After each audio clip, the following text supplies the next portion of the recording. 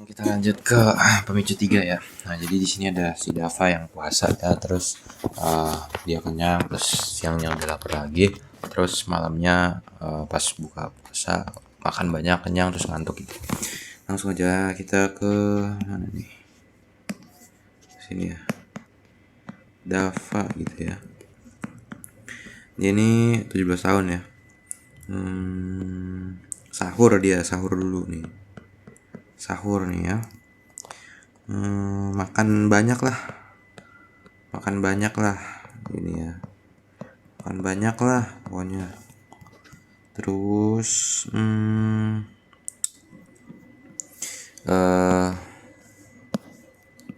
ya karbohidrat gitu ya, mengandung karbohidrat, terus mengandung apa lagi, protein, terus mengandung apa lagi, lemak ya. Nah, ini langsung aja ya, kalau karbohidrat itu kan dipecah dengan enzim yang utama apa sih, amilase di lidah ya, di dalam kok di lidah sih, di ini kelenjar liur gitu. Pokoknya ini langsung aja kita masuk ke pemecahannya, dipecah oleh enzim gitu ya.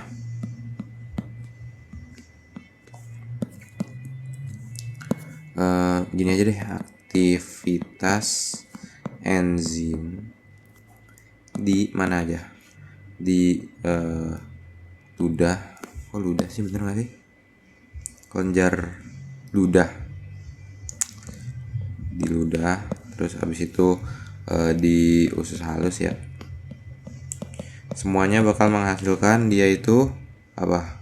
Glukosa ya, glukosa. Nah, nanti kalau misal glukosanya itu fruktosa, dan kalau misal glukosanya itu galaktosa, dan siapa namanya temennya glukosa ya, glukosa asli.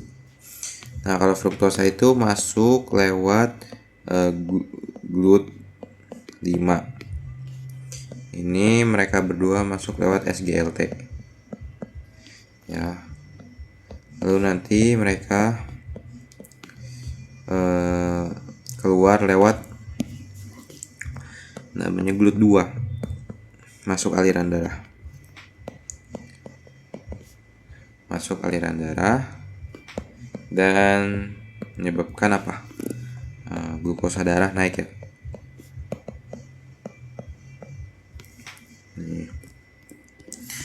Lalu kalau protein gimana? Ya gini juga, aktivitas enzim di mana kalau protein? Di lambung dulu ya. Di lambung, duodenum ya, di lambung duodenum. Terus habis itu ada dipecahkan menjadi asam amino langsung. Asam amino dipecah jadi asam amino, dan satu lagi menjadi peptida kecil. Nah, kalau ini peptida kecil tuh simport sama H+, simport H+. Kalau asam amino ini simport natrium ya. Nah, nanti mereka berdua itu keluarnya, sebentar cek gambar dulu ya, lupa nih. Mereka tuh keluarnya adalah di ada transporternya masing-masing sih, transporter asam amino, tapi mereka tuh difusi gitu ya. Terus mereka masuk aliran darah.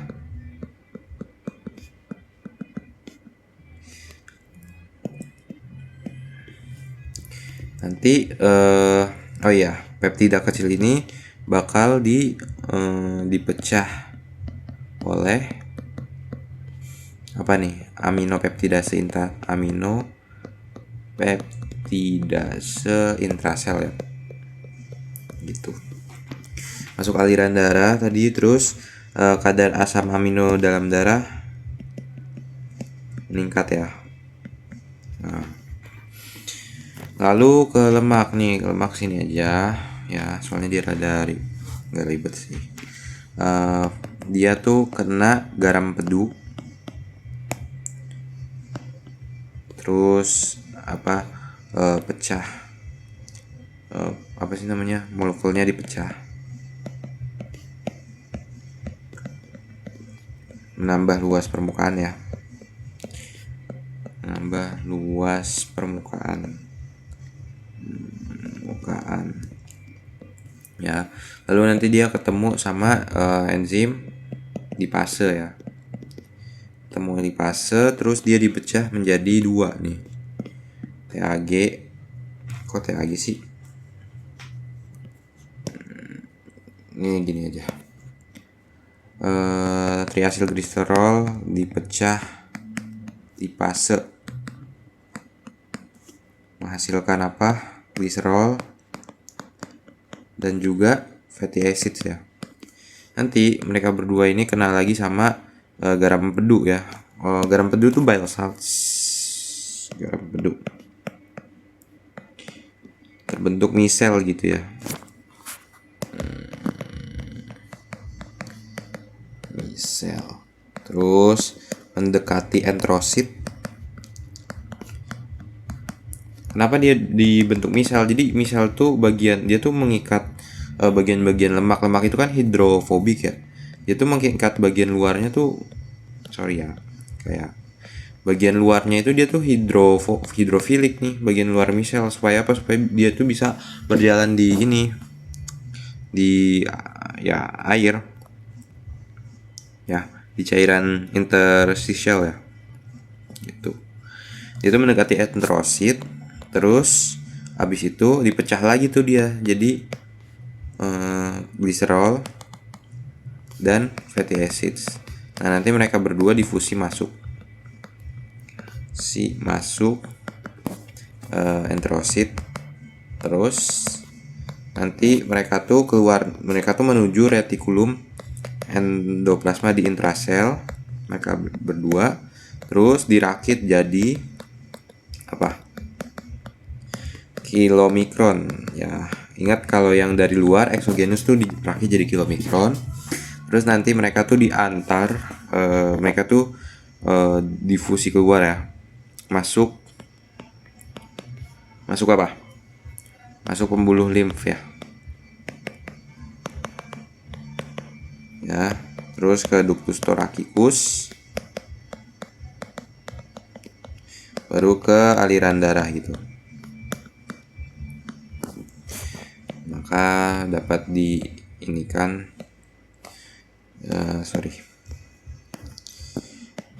kilomikron dalam darah meningkat gitu ya. Jadi mereka tuh kan ya ada tiga bahan makanan gitu ya, tiga makronutrien yang diserap, itu karbohidrat, protein, lemak. Nah, cara penyerapannya gini ya, udah panjang sendiri itu ya. Terus habis itu dia tuh kan sahur, makan banyak lah ya.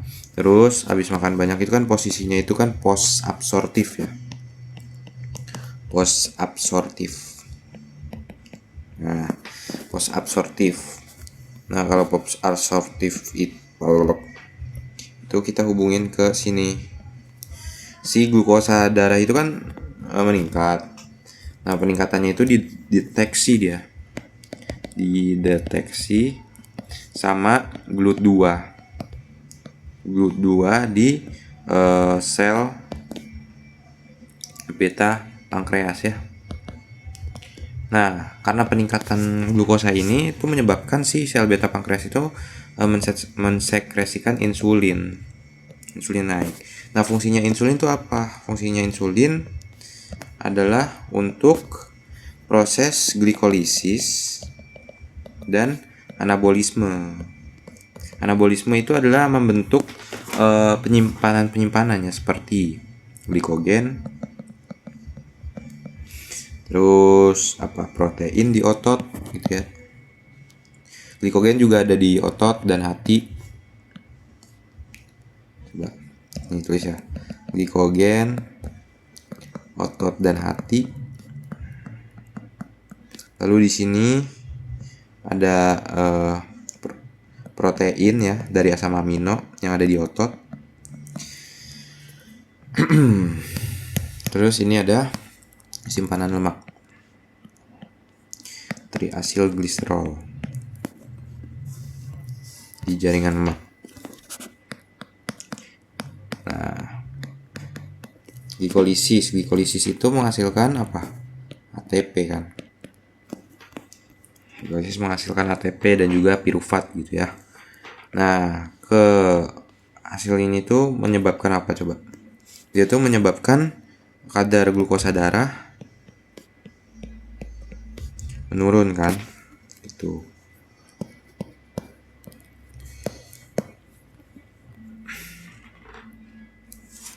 Tadi ini post absorptif dibikin kayak gini aja, sorry. Masih.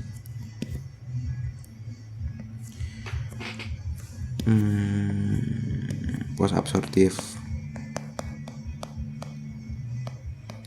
setelah makan gitu ya, ibaratnya gula darah naik. Nah, baru ke sini gitu teksnya gitu. Asam amino dalam darah juga juga menyebabkan peningkatan insulin ya. Itu. Teksi glukosa sel beta pankreas, insulin naik, melakukan hal-hal itu nih. Nah, di sini saya bakal jelasin ya. Glikogen tuh pembentukannya gimana. Jadi insulin yang udah aktif ya, dia tuh bakal ke hati kan. Nah, ini sel-sel hati nih. Di hati itu dia tuh sebenarnya ini kan dalam mode fasting state. Dia tuh bakal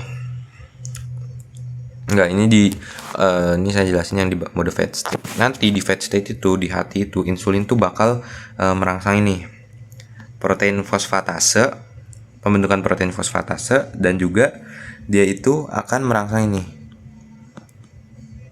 ya protein fosfatase sih. Fungsinya adalah untuk apa? Protein fosfatase itu dia akan melepas fosfat dari glikogen sintase. Nah, glikogen sintase ini dalam bentuk inaktif tuh dia punya fosfat. Nanti protein fosfatase itu bakal menyabut si fosfatnya dan membuat si glikogen sintasenya itu aktif. Dari namanya aja kan glikogen sintase ya. Kalau glikogen sintase itu kan sintase pembentukan, berarti pembentuk glikogen tuh dibikin aktif sama si insulin sehingga membuat si glukosa yang dari luar nih yang masuk dalam darah itu bisa menjadi glikogen gitu. Nah, yang kedua, selain dia fungsi protein fosfatase apalagi ya, fosfatase yang namanya ACE itu kan mengeluarkan fosfat gitu ya. Kalau kinase itu kan fosforilasi. Kalau fosfatase itu kan mengeluarkan fosfat. Nah, di sini ada enzim fosforilase kinase, dia tuh punya fosfat nih dia dalam bentuk aktif. Kalau misal fosfatnya dikeluarin, dia tuh dalam bentuk inaktif. Nah, kenapa dia harus dibikin inaktif? Karena si fosforilase kinase ini dalam bentuk aktif tuh dia bakal mengaktifkan glikogen fosforilase B menjadi glikogen fosforilase A yang bentuk aktifnya. Nah, fungsi glikogen fosforilase A ini apa emang? Glikogen fosforilase A ini dia ini akan mengubah si apa sih namanya? Glikogen fosforilase A ini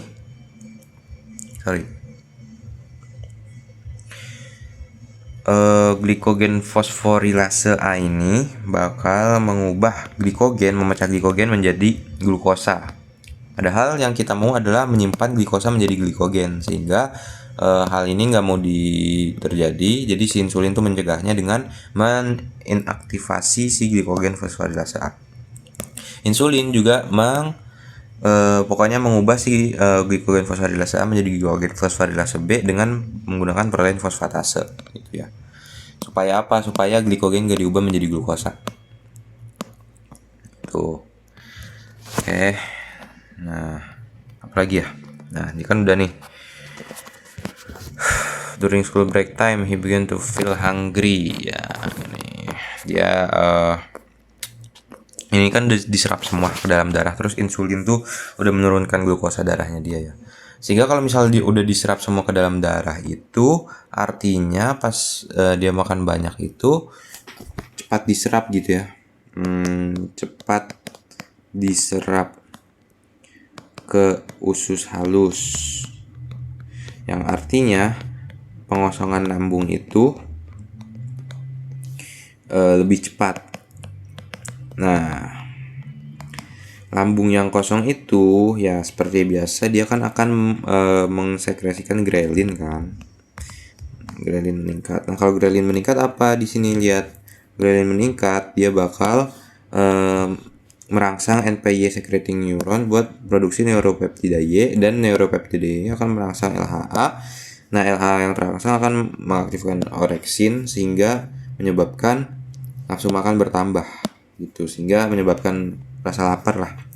Grelin langsung aja ke grelin naik, orexin naik, peningkatan nafsu makan peningkatan nafsu makan.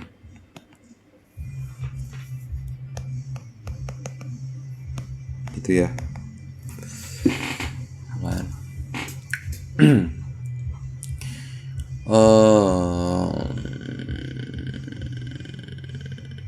Ya, peningkatan nafsu makan tuh ya lapar lah ya. Gitu. Lalu apa lagi nih?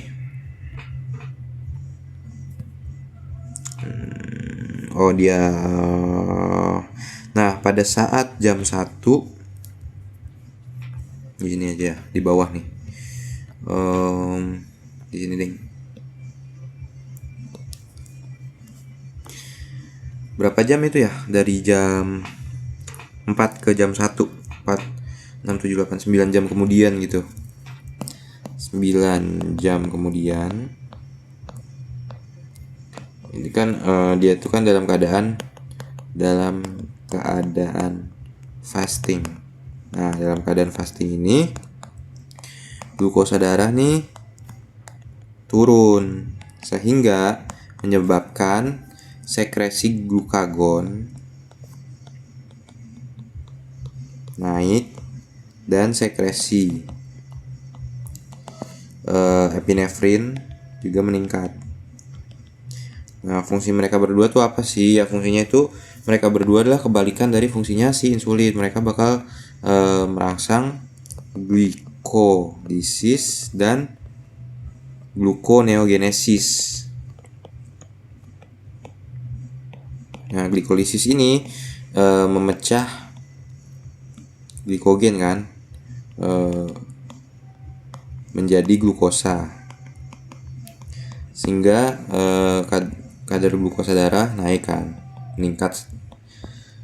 meningkatnya tapi ya seadanya gitu.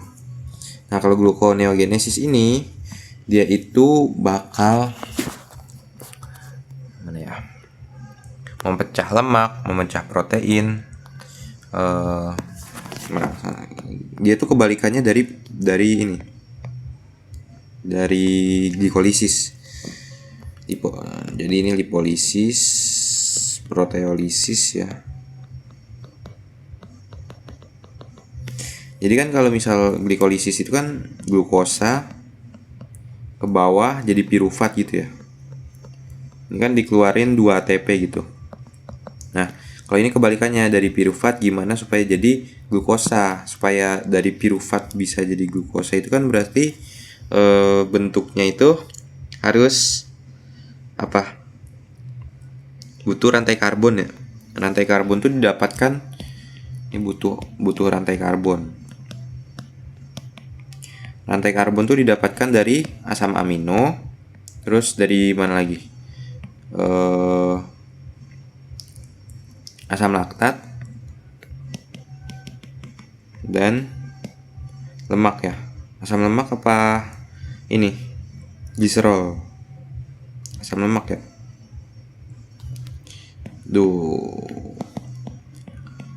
Pokoknya nanti yang gluconeogenesis nih ini deh, memecah lemak, protein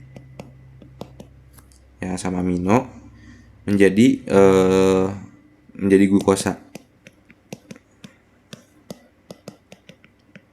sehingga glukosa darah naik. Ini nanti yang gluconeogenesis bisa bisa dicari lebih lanjut lagi saya rada masih lupa gluconeogenesis ngapain aja, pokoknya nanti dia ada yang jadi benda keton ya dari asam lemak kalau nggak salah, cuman proses ininya saya masih lupa juga kayak gimana, harus butuh apa aja. Pokoknya dia tuh dari asam amino, dari asam laktat, terus dari lemak juga ada, selain glukosa. Pokoknya dia perlu penambahan glukosa dari bahan selain glukosa, selain karbohidrat gitu ya. Terus apa lagi? Oh, DAFA tuh ini ya, dia mencium bau. Langsung yang ini cepet aja ya. DAFA menghirup bau, menghirup aroma makanan nih pas dia mau buka puasa. Ini berarti neuron eferen. Kok neuron eferen sih? Impuls aferen. Tulis aja di sininya adalah nervus olfactorius. Ini kita nggak ada inian sistem limbik kan ya? Apa ada? Dia bakal bawa ke cortex olfactory. Oh iya ada deng. Dan ke sistem limbik nih. Sistem limbiknya ke area mana? Ke hipotalamus. Terus dia bakal aktivasi nervus 10. Ya, nervus 10-nya ini bakal ngirim kemana? Neuron impuls eferen. Impuls eferen ke kemana namanya? Ke kelenjar saliva ya. Nah ini pakai dia melepasin asetilkolin ya, kelenjar saliva sehingga mulut tergiur ya, sekresi air liur, sekresi liur meningkat ya, bikin inilah ngiler gitu ya. Terus apa lagi? DAFA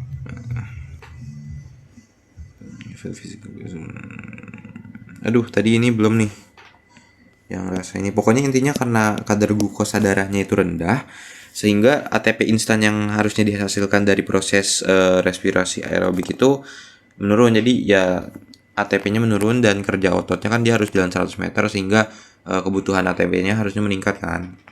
Karena kurang mencukupi, dia tuh ototnya tuh terasa lelah, dia terasa lemas gitu. Menjadikan lagi oke.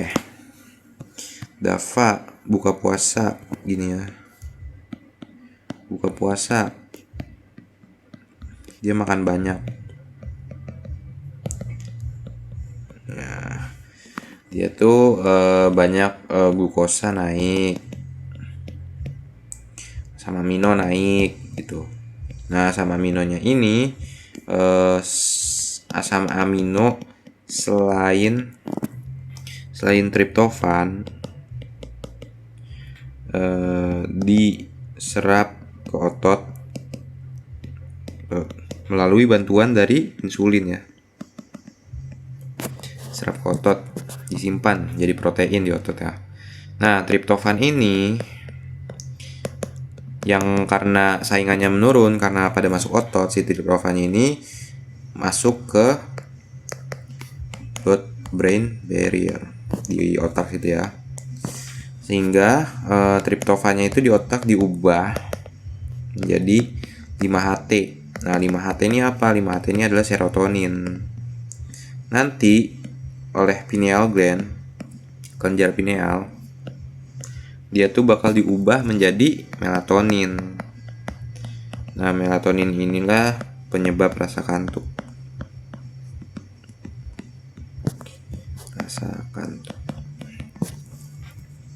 Bisa juga karena makan banyak gitu ya, post absorptif,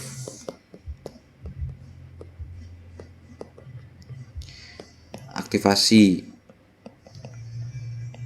sistem saraf parasimpatis gitu. Nah sehingga kerja organ pencernaan meningkat.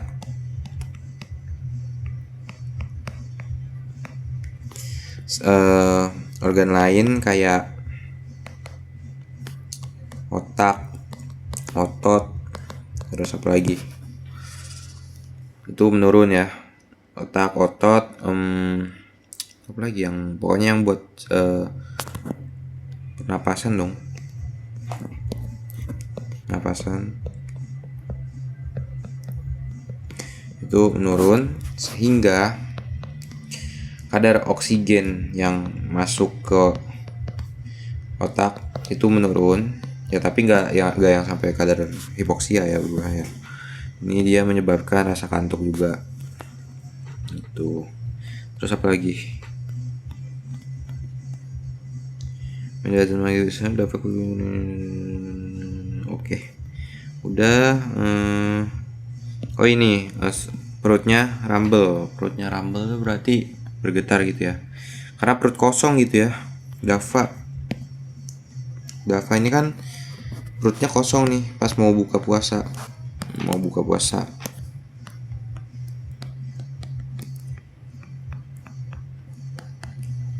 Perut kosong. Nah, perut yang kosong ini menyebabkan apa?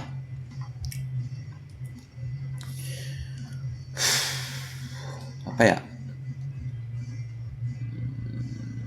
Sebentar guys, kita nyontek dulu ya. Nih. Oh, dia ini juga. Nervus 10 juga ke ini. Otot-otot di lambung.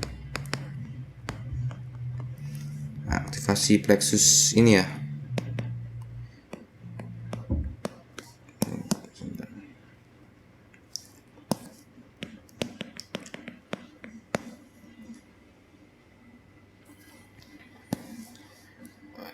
Memicu gerakan. Sorry. Aktivasi nervus 10 ini memicu peristaltik lambung.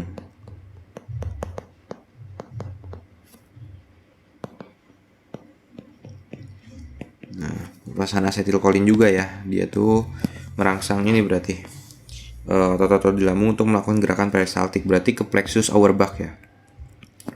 Nah, karena kondisi perut kosong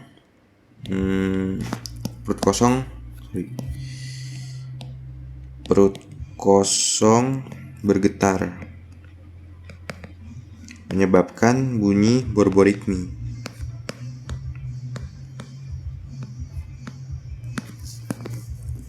Oke, udah ya. Udah semua ya. Sorry kalau tadi agak lama, soalnya gak bikin petkonya terlebih dahulu. Udah sih, cuma tadi beda ya. Sepertinya ini semua udah ada gambarnya ya, bisa dibaca-baca. Thank you.